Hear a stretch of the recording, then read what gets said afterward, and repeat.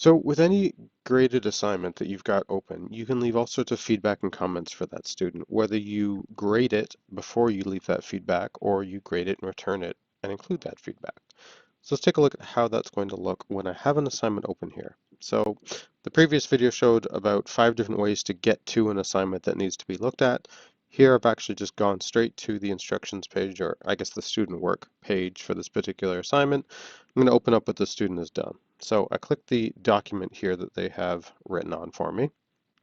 It asks a simple question about a jiu-jitsu tournament here, what is happening, and the student has given me an answer. So I have a few different things I can do here as the teacher. I can look over at the far side here and just go ahead and give them a grade, take a look at it and be done with it. So that is technically correct. I can go ahead and give them 100. Done if I felt like it, and I just return it, but that's not really feedback. So the next option I have right below it here is private comments. And I can click into there and just say something like, great work. And I can post that comment, and that would be there. And if I looked at it some more and had some more thoughts, I could click into here and leave some more comments.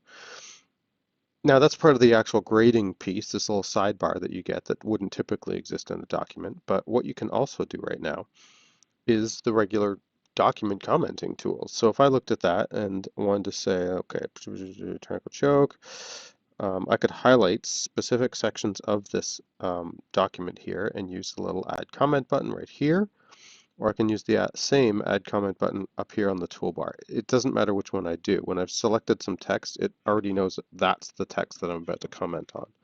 So I could type here and say something like, let's see, that's correct.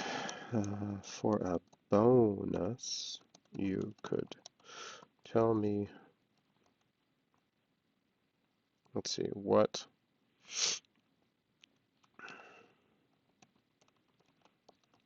he might, let's see, comment. And so that would leave additional comments on what they have written here if I needed to add that in there as well. Now, aside from that, when I look along the right side here at that little sidebar that I'm looking at, I also have this second option here and it says comment bank. So this first one is where I'm grading the assignment. When I go to the comment bank, these are just sort of basic comments that I've written in the past, and I can go ahead and add to this bank as well. So if I want to present this sort of bonus option to a bunch of students, maybe I'm just going to copy that right now. Copy. I'm going to come up here and add to my bank by creating a new comment. And I'll just paste in what I wrote. Add. There we go. So now I've got that there for the next student that I want to grade. If I have another student here, I'm going to go ahead and put that potential bonus option on, or maybe I decide, you know what, I don't want it to be right here. I'm going to delete that comment. Maybe I want that as part of the private comments. So I'm going to come to what I just wrote here and hit the copy button, go back to my grading, and I'll do it right here as part of the private comments. I'll just right click and paste that in there and post it. So the student will end up seeing that back on the actual student work page, and they could maybe just comment right back to me right there instead of even having to open this document. Now for the next student, I can go ahead and hit return here if I want to. I'll just do that and return. Done. But it doesn't close the document for me. And that might seem weird. You might want to come back to this history tab, grab the next student in the list and open their file. But what you can actually do is stay right here where you are and use these little arrows right here. This will allow you to go to the very next student, or you can use the drop down if I had more students in my list anyway, and you would see them all listed here, and you would see the score that I've given them or not given them yet, and be able to choose the next student that I actually need to go to and provide sort of feedback and grading and such for them. Now, if I was done on this particular screen, I can go ahead and close that. I can come to this student here, and when I click them, I'm going to see the comments that I have left, the two private comments that I've left for that student. Now when the student comes in, they look at the instructions for their page here and they go to this history essay. They're going to be able to see some private comments as well. So if I bring that up, if I've got that student here, there we go. I didn't even need to refresh the page. I've already on the history essay instructions screen here, and this is where that student's going to end up seeing those comments that I've left for them. So they're going to see that either way. The student could click into here, let's see, for a bonus, he might switch to an armbar from there.